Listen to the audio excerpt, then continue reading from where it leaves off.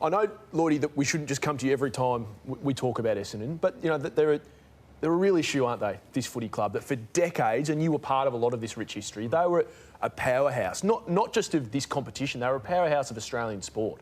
There's an argument now that they haven't been less relevant for so long. They've just lost their 10th game in a row. Now, they have excuses, don't they, given that in part their injuries. But we've gotten to a point now where Channel 7, the host free-to-air broadcaster, is choosing not to play. This hasn't happened before. Well, Damo, I can't remember it. Can you in your time? No. Well, certainly not under the Foxtel Channel 7 deal, which is into a first year of a reiteration this year, it must be said. But they've decided to pick the Sunday night game instead down the bottom, Hawthorn and Brisbane. Yeah. Obviously, they're going to double up on that particular day as well. They'll get the catch-up game from that. And clearly it's a decision they've made on the back of having to, I suppose, endure low ratings and really bad productions with Essendon involved. Not just Essendon, but Essendon's been prominent in those slots. Yeah, Jimmy and I were there on Friday night, but it was mid-season draft. Two of them were their key forward and full forward. There was, McMahon kicked 4 goals. So there's all the injuries, but I think it's been more than that. They've become irrelevant for not just injuries this year, it's been over a period of time. So it's a massive year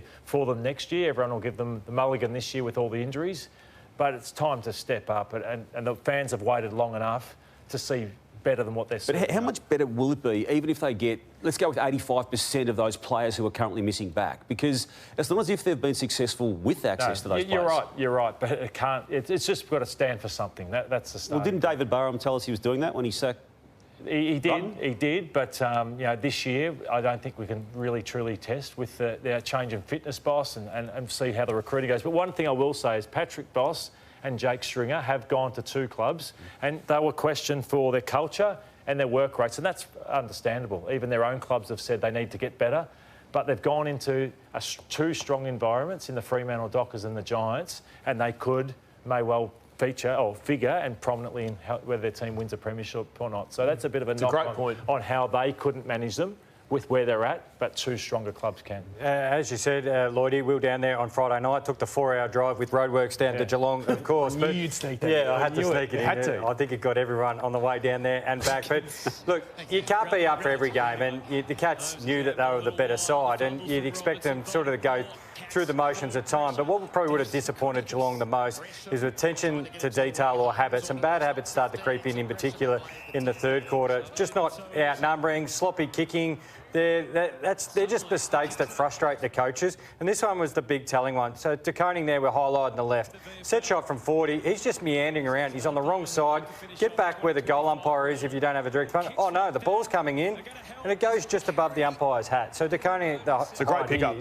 He's over 2 metres tall. That should have just been come out, probably intercept mark, really, in front of the goal line. So when you're playing against sides down the bottom of the ladder to finish out, if you're the Cats coaching staff, yes, we don't expect you to be absolutely roaring, but let's just get the habits right and the details right, because they're going to run into the Swans, they've got the Tigers, and then you're going to hit straight in the mouth with a big final. I was just going to say, it's probably a good time for everyone, including us in the media, to see them play the Swans and see where they're actually at, because can you call them at the moment? They're hard to call. I think they're in the best 4, but we don't know just how high they are because they've played no one, so it's not their fault. So Sydney at the SCG, it's a perfect challenge. And even with that, they get to Sydney without Brody Grundy, who's out with HIA reasons. Welcome back to Footy Classified. Well, the water cooler is a segment that we utilise here every Monday night to tell you one of the issues that maybe has gone a little under the radar that we should be spending more time, Jimmy, talking about. This is, for me, the St Kilda Footy Club. So they've won their last 3 games in a row, which is great for the fans, right? They've gone up to the ladder. You have a quick look at the ladder. OK, they're 11th.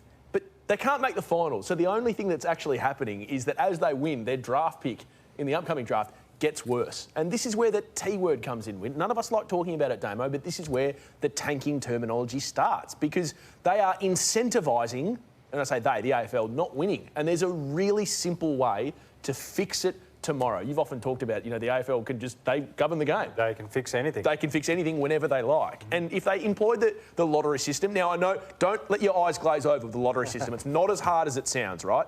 So this is how it works in the NBA. The 14 non-playoff teams, so non-finals teams, what we're talking about, enter a lottery for top picks. So if we look at the ladder right now, West Coast are finishing last, right? They are still going to be given the biggest percentage of balls in the lottery to be drawn out. And it is a literal lottery. It is a literal lottery Tats that they Lotto do style. in the NBA. Yeah, old school Tats Lotto style. And so they should still, from all percentages, be given the number one pick. But what it stops is when you're getting into who's getting picked 5, 6, 7, 8. Well, the percentages are so similar that it's not going to preclude you from trying to win a game of football. And I think that needs to be taken out of it. Yeah, I'd be all for it, to be honest. And some people would say, no, West Coast must have it. But as you said, they get a bigger percentage. But it's just St Kilda play Essendon this week, so they should win a 4th in a row. Yep. Versus, not having a team. Because there were suggestions around Richmond over the weekend, and someone was saying... do they really want to win? Do they really want to win? And so it takes out a lot of that. And so I'd have no concerns at all. How do you feel about it? Yeah, I think they've got to fix up the academies issue and the father-son as part of that conversation before they then make a lottery decision. Sam, I'm not disagreeing with you. I can look at North Melbourne, both good and bad, in what you've just proposed. I look at them from a perspective of they've had so many big accesses to big draft numbers. They haven't improved. And this year, they've already traded away their pick and they are still going to finish last or second last, again, for a 6th year in a row. So it's not going to improve someone who cannot win when it comes to North Melbourne. And I just feel the problems in that space are probably more profound right now before we go down that path. But I would like it to be part of the overall thinking. And you gentlemen mentioned Saints straight off the top, and I admire their effort and the way they keep playing out every single game, and that goes back to Brett Ratton and, of course, Ross Lyon as well previously, and they keep boxing on. So that's their results in the last 10 years. And that is stuck in the middle. Really, like a couple of finals appearances, but you don't want to be punished for trying to play every single game out, and that's what I admire about the Saints. They keep putting young players in, and even as we mentioned, Ross still trying to coach to win, but it lands you in that middle ground. And of course, whatever you decide with father-sons, academies and things like that, it does get pushed back. On the Saints, we're asking the same question every week, aren't we? When will we have a decision from one of the hottest prospects in the game, that man behind us, Nasiah Wanganeen-Miller? Well, Carl Delina, the Chief Executive of St Kilda, gave us an update across the weekend. Yeah, I think you'd always prefer to get things done early, particularly with a quality player like Naz. But having said that, look, I think we're going through the process with the manager. It's, it's a slow process, but it is a process, and I'm optimistic and pretty confident about, we should be able to get there. It's just going to take a little bit of time. Look, I'm always optimistic, so I'd have a 75%. There's someone who has lived experience in this space, is Buddy Franklin, who in 2013 kept his cards close to his chest before he went to the Sydney Swans in a massive deal. He spoke again, Jimmy. Now, he's outspoken as a recently retired player with his great mate Croft on a podcast. I think he's gone. I think he's definitely going. For me, why would you hold out so long? It's taken all year. There's a couple games left. They're not playing finals, so it's sort of like, you'd be thinking if the decision was to stay, it would have happened weeks ago, I would have thought. But yeah, I think he'd be going back to Adelaide for sure.